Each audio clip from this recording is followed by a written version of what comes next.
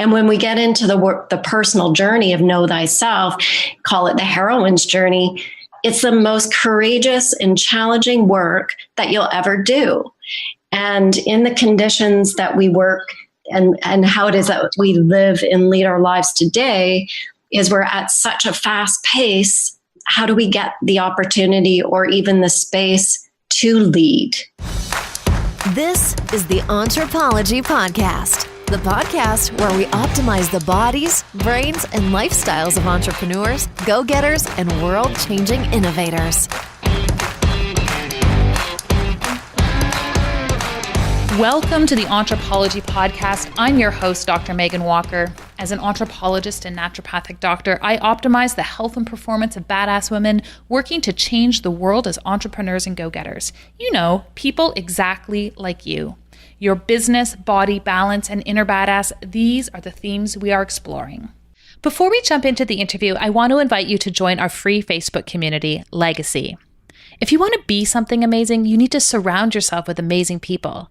The Legacy community is made up of badass women living, not leaving, but living our legacy every single day. We are leaders, parents, entrepreneurs, and innovators collectively committed to leaving the world better than we found it.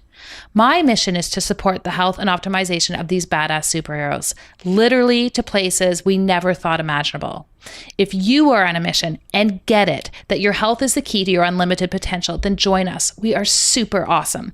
You can find us on Facebook at www.facebook.com/groups/BE Legacy. See you there. So how many of you have thought of mindfulness, yoga, meditation, all those core buzzwords as not just acts of relaxation, but in fact, acts of leadership?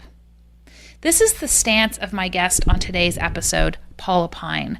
Paula is a consultant in the mindfulness space, and her stance on the matter is that all of these elements, these things that cause us to focus on ourselves and who we are and to slow down, are not just tools that help to accelerate the success of teams and new startups, but they are in fact acts of personal leadership that all of us as leaders within our communities or our clinics or our offices or our homes in fact have a responsibility to try and engage with ourselves. I thoroughly enjoyed this interview with Paula because it took an entirely new position on this notion of mindfulness. And that is no longer that it is something that other people do, those people with that unique skill of calming their minds down. But in fact, it is a responsibility of all of us to look at mindfulness practices and find innovative ways of incorporating them into our day. Paula took me through a 5-minute mindfulness meditation and guided imagery session at the end of this podcast, which you are totally invited to do yourself unless you are driving. But it speaks to her capacity to take people to this place and challenge them on a level they maybe have not been challenged on before. If you are that person who rolls your eyes at yoga, who thinks of exercise as only things that have your heart rate above 140 and really are challenged to slow down, then this is an interview for you. It is my pleasure to introduce you to Paula Pyne. Paula Pyne, welcome to the Anthropology Podcast. Oh, thank you, Megan. It's so great to be here. Well, I'm excited to talk to you. You are a mindful leadership coach. And the first time I read that, I was like, oh, this woman and I need to speak. I love the sound of it. What is a leadership coach exactly? And tell us a little bit about the journey that got you to this place. Sure. Well, I define a leadership coach as very much a partnership. So it's a partnership that's informed by a foundation of trust, and really it's a co-creation of identifying with clients what it is that's really deeply meaningful for them, in the sense that there's something that has held them back for over time. And it's a pattern or a theme that has presented itself from keeping them stuck and or realizing success. So I work in a method and theory that's based off of integral theory. And Yeah, so a lot of my leadership clients come with issues around just trying to do things in a new way, because the way it is that they're leading and living their lives is causing distress. So what happened in your life journey that got you to this place? Well, it's kind of a long and windy road, but I'll make it short and sweet. I have a combination of I have quite a diverse background, from social work to corporate business to entrepreneurship. So, and then my training is in a combination of the humanities. So undergrad in psychology, human resources management, postgrad. And then I went on to continue my education in business and did my MBA in executive management. And then had about 10 years in corporate, working in the front lines all the way up through to manager and leadership positions. So it's this combination of professional experience and as well as credential training. But the majority of that is really based on my own life experience of moving through mindfully positive change and figuring out how to do that. The life experience piece is just so critical. You mentioned something in the introduction there. You said that your leadership style and your coaching style is based on integral theory. And I found that really interesting and yet had absolutely no idea what you were talking about. What does that mean? Well, it means that we're taking into account the whole person. And it's based on the work of Ken Wilber has written a lot about integral theory, of course, and he's one of the greatest philosophers of our time. And so it's really taking into consideration the whole person and then mixing it up with work in human development that helps us to see things from this integrated whole body perspective, helps us to realize our current ways, in that we can bring things that are in our subjective into an objective view. So then we're able to see things from discernment and in ways that we haven't seen them. So we can distance ourselves from the actual thing that is the barrier for us to transcend and evolve into a new way. So at this time, this is why the work is so important, Megan, is that we are so desperate in need of a new way. And it begins with you, it begins with me in trying to figure this out. I have thoughts on, I find the topic of leadership so exciting, which is why I was really excited that we got connected. And on two levels, I talk to my patients a lot about this idea of personal leadership and that their health is an element of personal leadership. And they usually look at me like, huh? But I agree with you. And I feel like this is maybe where you were going, but correct me if I'm wrong, that there's also a collective consciousness that is desperate for sincere leadership, not the loudest and most bullying voice in the room. So assuming that are we on the same page? Is that what you're talking about? Yeah. So here's the thing is that leadership is the current leadership that we see in terms of how it is that we've learned and how it is that we've seen leadership unfold in the last number of decades is very past due. And so that's why I think that we see this collective, what we see in the collective is a pushback around, wait a minute, this is not working anymore. And we need to find ways to renew and create a new leadership paradigm that's based on heart-centered, people-first approach.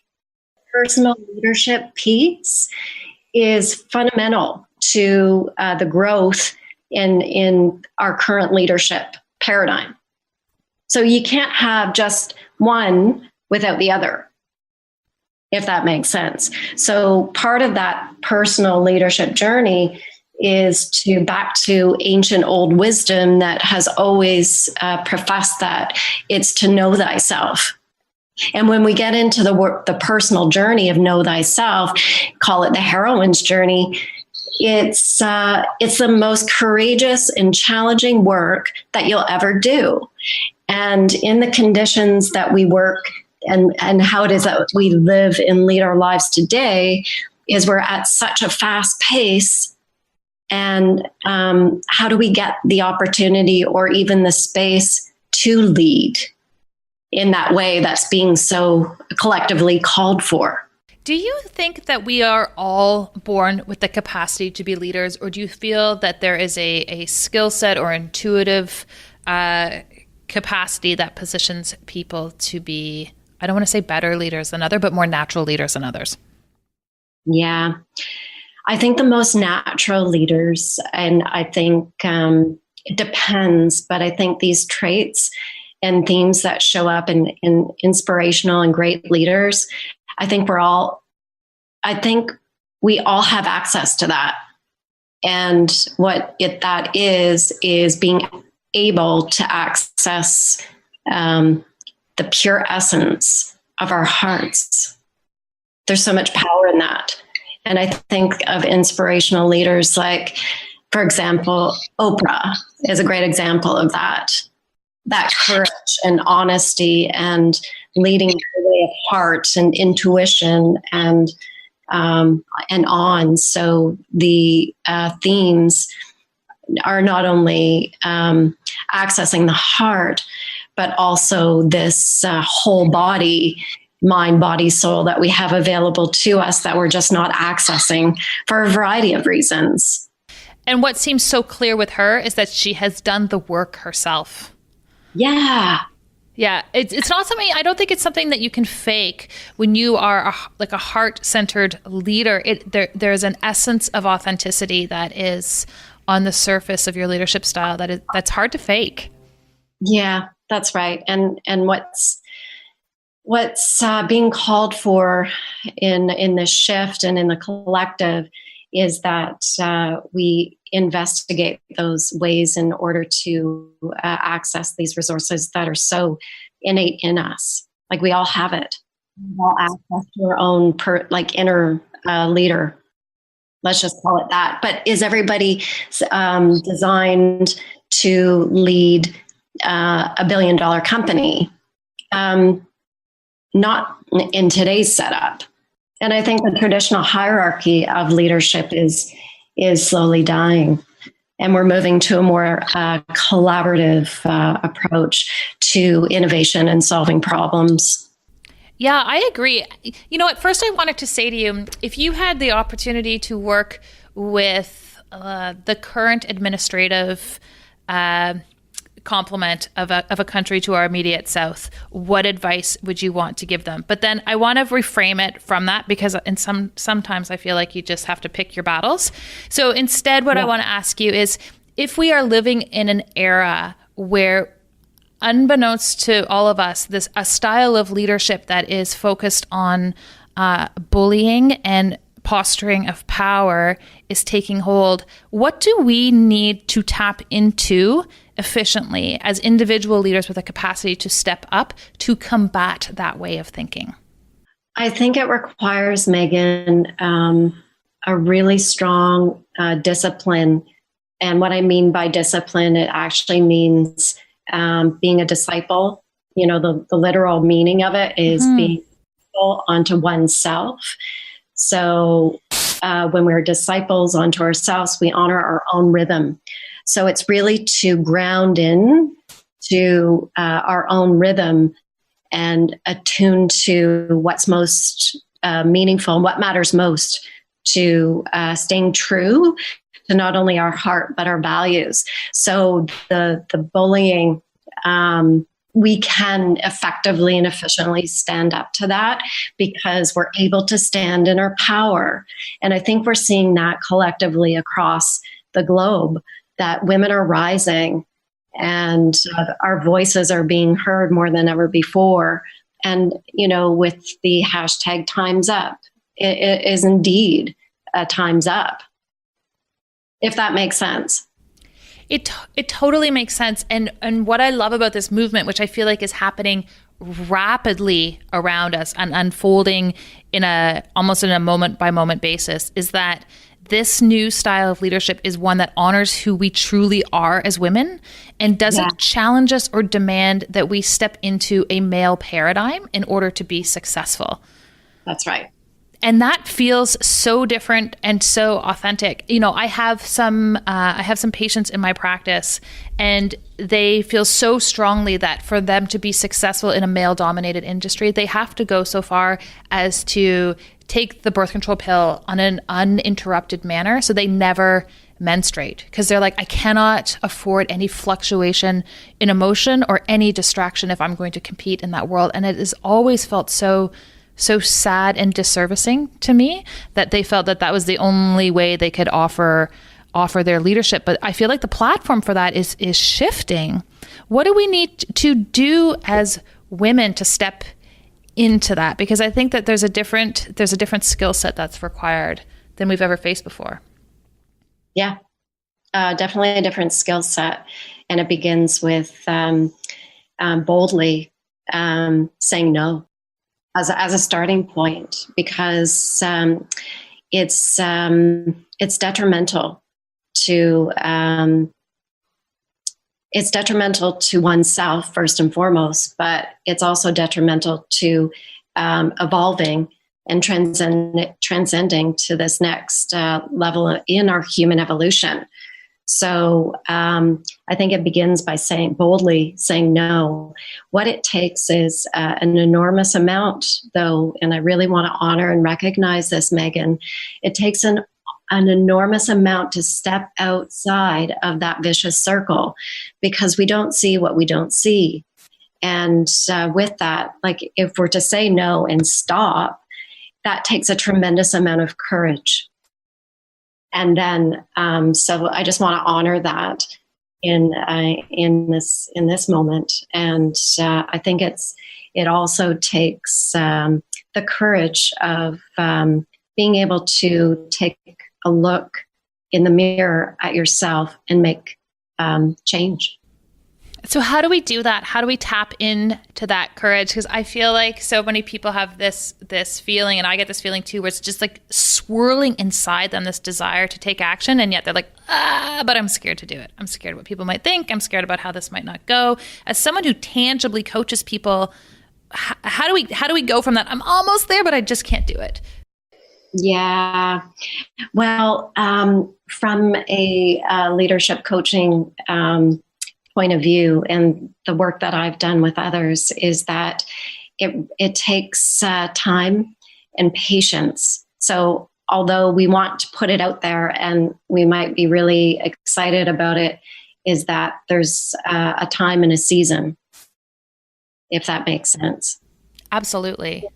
Like and a good example of this, and I get it, I so get it, is that what's contained inside of us in that authenticity and what lies really at the heart of what's most meaningful for us holds a back seat. And to bring it to the forefront, it takes a lot of time. And sometimes we need to let ideas go and allow them to percolate, call it. And if they're really meant to be, they come back. I just had an example of that in my own personal and professional life. Where it boomeranged back? And then my husband said, well, Paula, it never left you. I often, when I'm working with clients, I also teach. And it's just, it's this place of being held in a community. So, a community of care that continuously reminds you that to work on what is deeply meaningful and what matters most. And when we're surrounded in that community of care, we can move past what feels like a barrier that is the result of fear. And Megan, in the collective too, we're moving from fear, anxiety, and all those not so nice vibes. And we're really shifting into a place of doing things from unconditional love. So that's a process of unfolding. So, we're meant to not push. We're meant to really discover, as we get to know ourselves and remember who we are. It's really getting to know our own rhythm. It's such a good point, because I feel like for a lot of these things, there's always an urgency to it, right? There's a rush. And you know why? I think there's an urgency and a rush because I think as women especially, we're always questioning, and what comes into question is, I'm not good enough. I'm questioning my self-worth, and I'm in the state of comparison. So that, again, we're moving, those are old paradigms, and we're beginning to welcome in this unfolding a new, more natural way that is, you can suggest it's a divine feminine. So underlining the heart of it. And that's really powerful when we access that and balance out these energies of masculine and feminine that are so needed. And in a world that moves so quickly, so a lot of us have businesses where we have people who work within our businesses, and part of our success requires that we can turn on a dime, and that we build teams up to have the confidence to be able to respond to opportunities or to situations quickly. How do we foster the leadership skills for these individuals to be judicious decision makers, but at the same time create an environment that is sufficiently patient that they come into their own fruition as leaders? Because as someone who owns a business, I'm listening to what you're saying, I'm like, okay, I get it. How do I manage those two pieces? Because that is a challenge to me as a leader, is creating an environment that respects patience, but then is also amply competitive in the reality of my world. Yes. Yeah. And that's what is unfolding as we speak in terms of the shifts that we will be required to make, because we have to do things differently. And that requires us as leaders, Megan, to lead by example. So we set the tone, and we need to do that by accessing mindfulness, empathy, compassion, patience, resilience, and all of those need to be honored by a rhythm, and the rhythm that we clip to at the rate that we do because of competition has to go. I know that sounds probably really bold, and how do we make that transition is in a conversation in and of itself. And I'm really, really interested in having more of these conversations because I think what's taken a back seat is the true value of well-being and success at all cost. So that is a dialogue that we need to continue. And to figure out collectively, Megan, how do we rewrite this script in the sense of coming together to create new ways? Because I don't have the answers, but I think if we come to get together as a collective and continue this dialogue to place greater emphasis on leadership well-being and success in terms of redefining and the value that we place on leadership well-being, we can have significant change over time. Like, let's plant the seeds. And it's a seed planting, because this is not a recommendation that is going to facilitate overnight success. But in my experience, overnight success really takes 10 to 15 years. So I'm down with that. I'll share a story. Recently, we're in the process of planning a live event, and we had set a date for that to happen in May. And for a variety of reasons, I believe that was the best time to do it. And yet we kept encountering challenges with that in a tangible way, but also in a universal type way. And eventually we we just pushed it. Like we consciously decided as a team, we are rushing into this. There's no real reason to place it where we've placed it. We've moved it to the fall. And the second we made that shift and that change, everyone breathed a sigh of relief. Everyone started to do better work. No one felt this pressure anymore. And we are going to have a better event as a result. But it really required that we step back, and everybody had to move into a personal and professional leadership position to really accept it and make the change. And it's going to make a huge impact for us. And what a beautiful example. That's amazing. Yeah, but it was hard.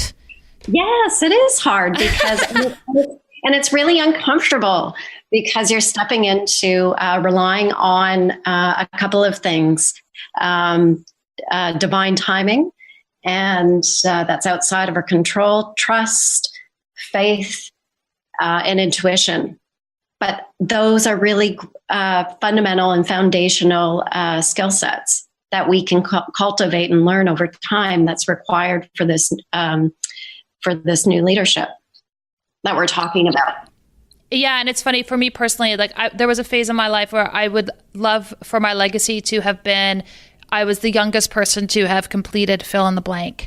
And now I'm a bit appalled by that way of thinking. And I'm much more tuned to this notion of, I want to be known for a person who facilitated an environment that enabled women to flourish and be healthy in the process, and then build really amazing things. And the two are not, the two are just different, but they're certainly coming from an evolved place of thinking. So I love what you're saying, because I totally get it, but it takes a level of maturity and patience to come to that place too.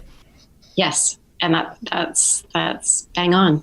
What would you say to that young, bold, ambitious individual who's coming out of university or coming out of grad school, is like, I'm about to take the world by storm, and yet they also need to do some leadership development at the same time? I mean, the obvious one is to slow down, but they've got to feel it if they're really going to slow down. What would you do to interrupt that way of thinking or challenge that way of thinking for them? Well, what first came to mind there, Megan, is gentleness and kindness. And I often think about the pressure and the competition and the comparison that's coming out, especially for women, just fresh out of university. And that is terribly terrifying and daunting at the same time. And I work with a few clients in that age category and I teach self-care at Laurier University in the positive psychology program. So I get a few younger students in that mix. And the best thing that they're doing is self-care. And what they're learning is that the more that I take care of myself in gentle and kind ways, I can be gentler and kinder on others. Yeah, it's so true. Tell us a little bit more about working in a department and discipline of positive psychology, and what are you teaching in terms of self-care? Oh, it's amazing. I love positive psychology. It came into my life before I think it was named positive psychology, because it's a fairly new discipline. I read a book that changed my life, Feel the Fear and Do It Anyway, by Susan Jeffer. And she was sort of a positive guru back in the day. And so to come around full circle and be part of the faculty teaching in the positive psychology program is it like a dream come true. And over the last decade, it's a culmination of my work and what it is that I've been practicing and committed to in terms of doing my own self-care.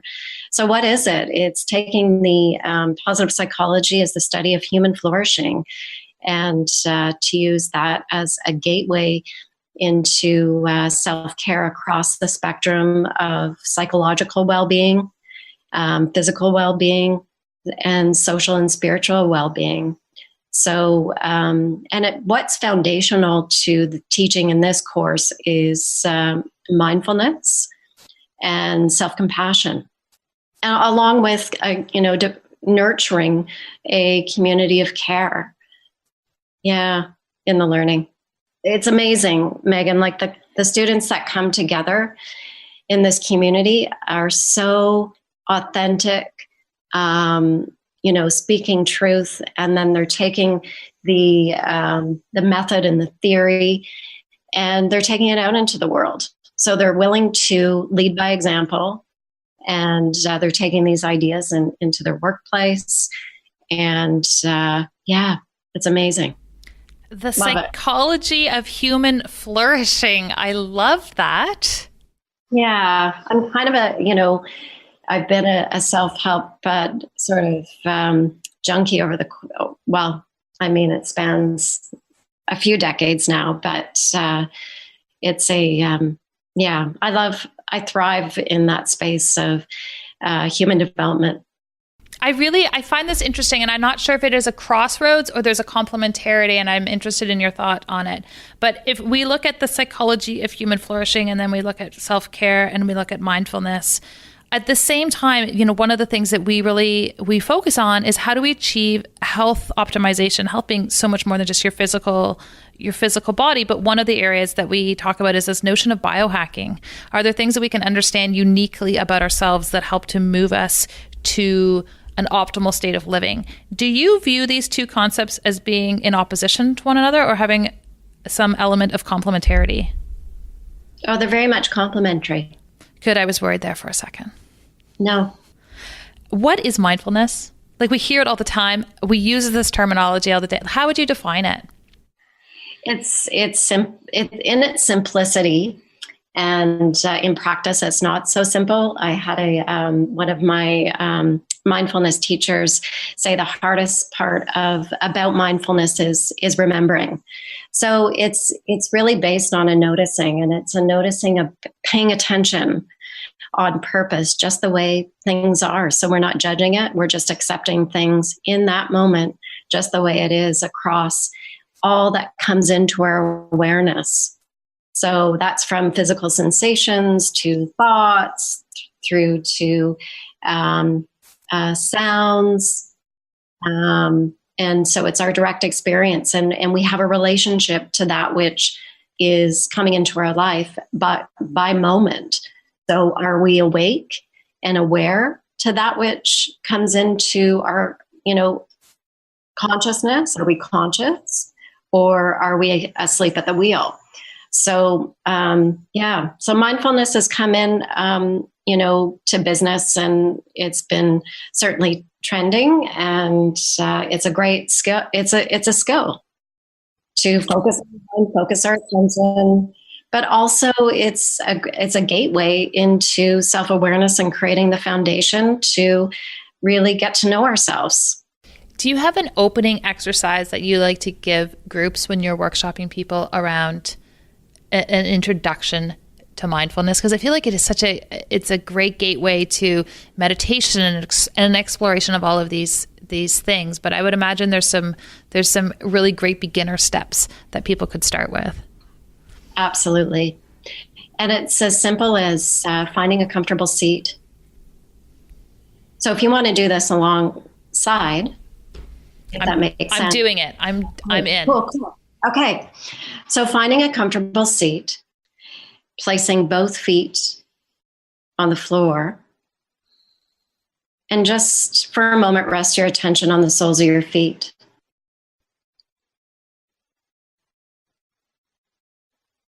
Noticing any sensations in the soles of the feet. So they may be tingly, cold,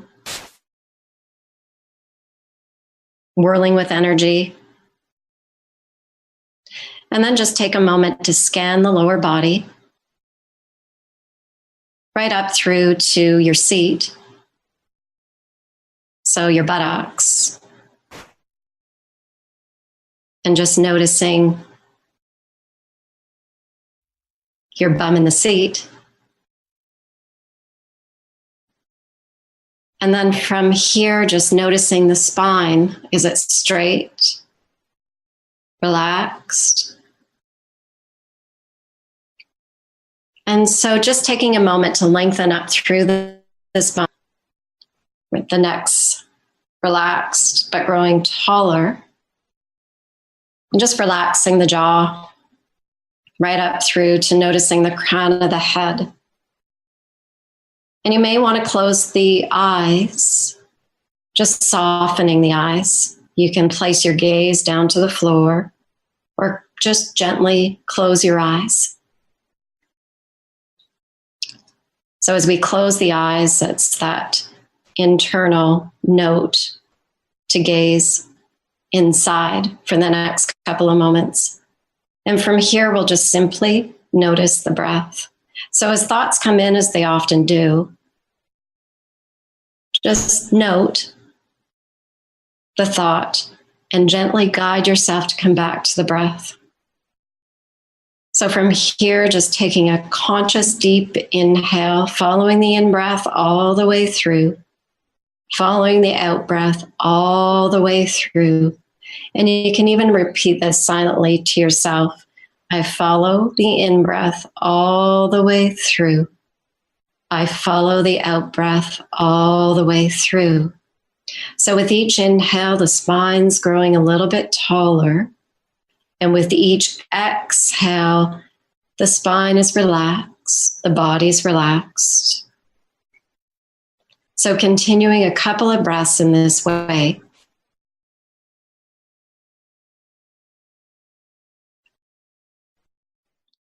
As you gently focus your attention on the breath.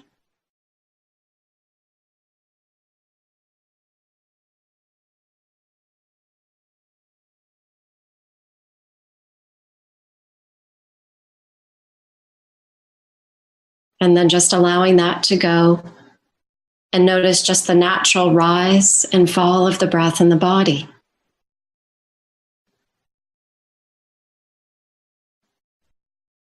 And as we meet the breath, it's like, hello, there you are. Welcome.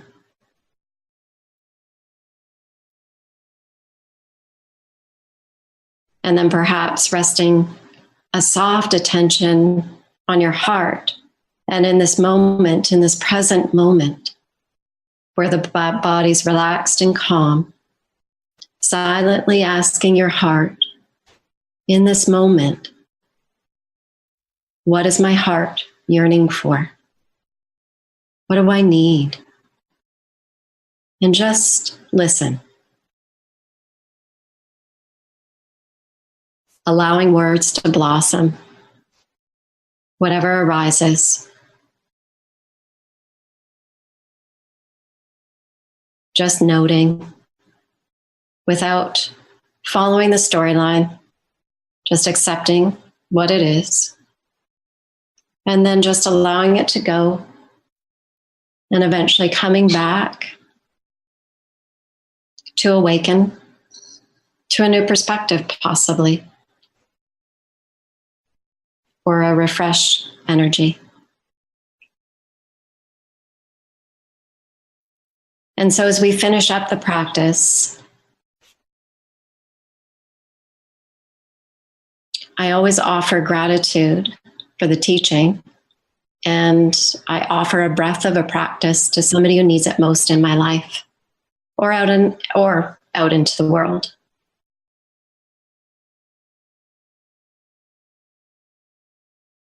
How do you feel, Megan? I feel amazing. That was nice. It was great. I actually just enjoyed that space being there. And I love that in the same conversation of stepping into leadership, we also can go, which can be intense and hot and all those things, we could go to this quiet, still place that actually enables you to accelerate where you want to go. Yes. Yeah. And the accelerated place that you want to go is finding and discovering your own rhythm, which is very different than the accelerated pace that we find ourselves in today. We think we don't have time for a break, but when you take it, everything actually speeds up in terms of progress. Yeah, that's right. And what's interesting is that the more that we integrate it and it becomes a habit, it just naturally becomes a way of being and living and leading. So that's the goal of the work that I do, is that eventually this is just a way of life, as it's become my way of life. I love it. habits, practice. It integrates And the seamlessly. discipline. Yeah, Yes, the discipline. Yes, and it takes discipline. Absolutely. But the discipline in the true sense of being a disciple unto oneself.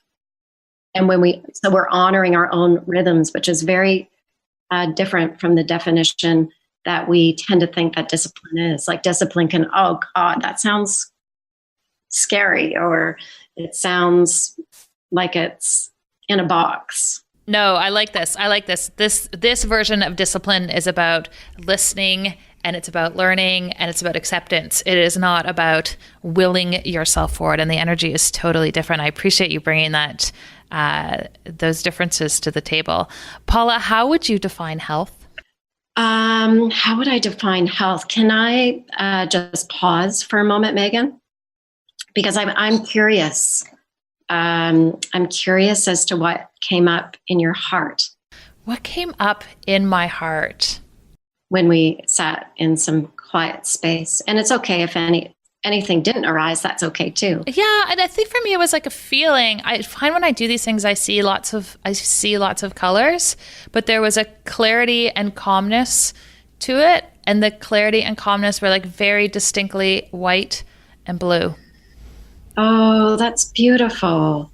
Like it was legitimately, yeah, it is that clarity and calmness and that permission to stop. Yeah. Wow, that's powerful.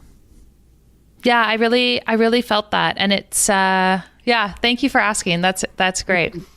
Megan, just as an aside, I think we need to do more of this. Yes, I agree with you. We're going to be talking more, you know. I know. I can't wait. I feel that. I totally feel that. Yeah. Okay, I'm not letting you off the hook. Paula, how would you define health? Health. To me, health is a state of wholeness. So mind, body, soul. And that wholeness is how it shows up for you in the sense of, in its deeper context. It's integrated. Yes. Integrated is such a good word. It's also not only integrated, it's dynamic. So, in that I mean, there are so many moving parts to health, and some things may be online, where other things may not be online, and that doesn't mean that you're not still whole, if that makes sense. It makes sense to me, especially when we're viewing health through the lens and bodies and people as these systems and not these independent silos.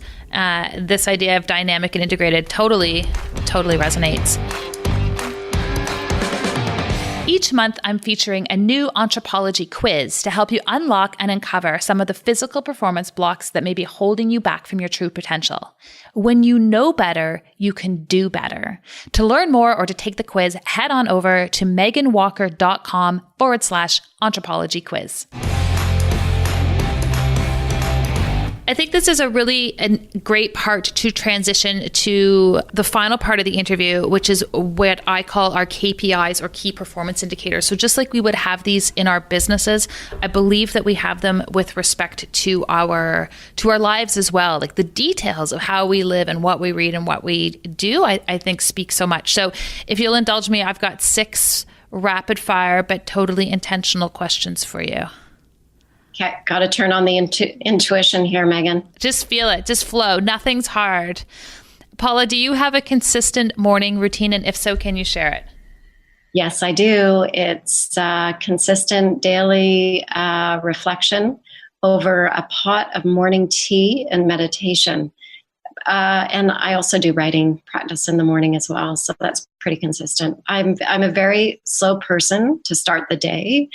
And that's my sacred time. So it's more of a ritual. I like that. Fiction or nonfiction? What are you reading right now? Always nonfiction. I need to read more fiction, but I love nonfiction. I love hearing about people and what they're about. What am I reading now?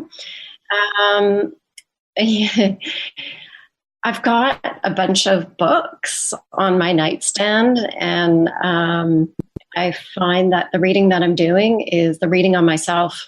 What is the one thing you're most consistent with respect to your health? Time alone and quiet. Yeah, quiet time is pretty consistent. What is something totally badass about you that people would not otherwise know? Oh, boy. Mm-hmm. You didn't see that coming, did you? No, I didn't. Oh, okay. Well, I don't know. Friday night dance party in my living room.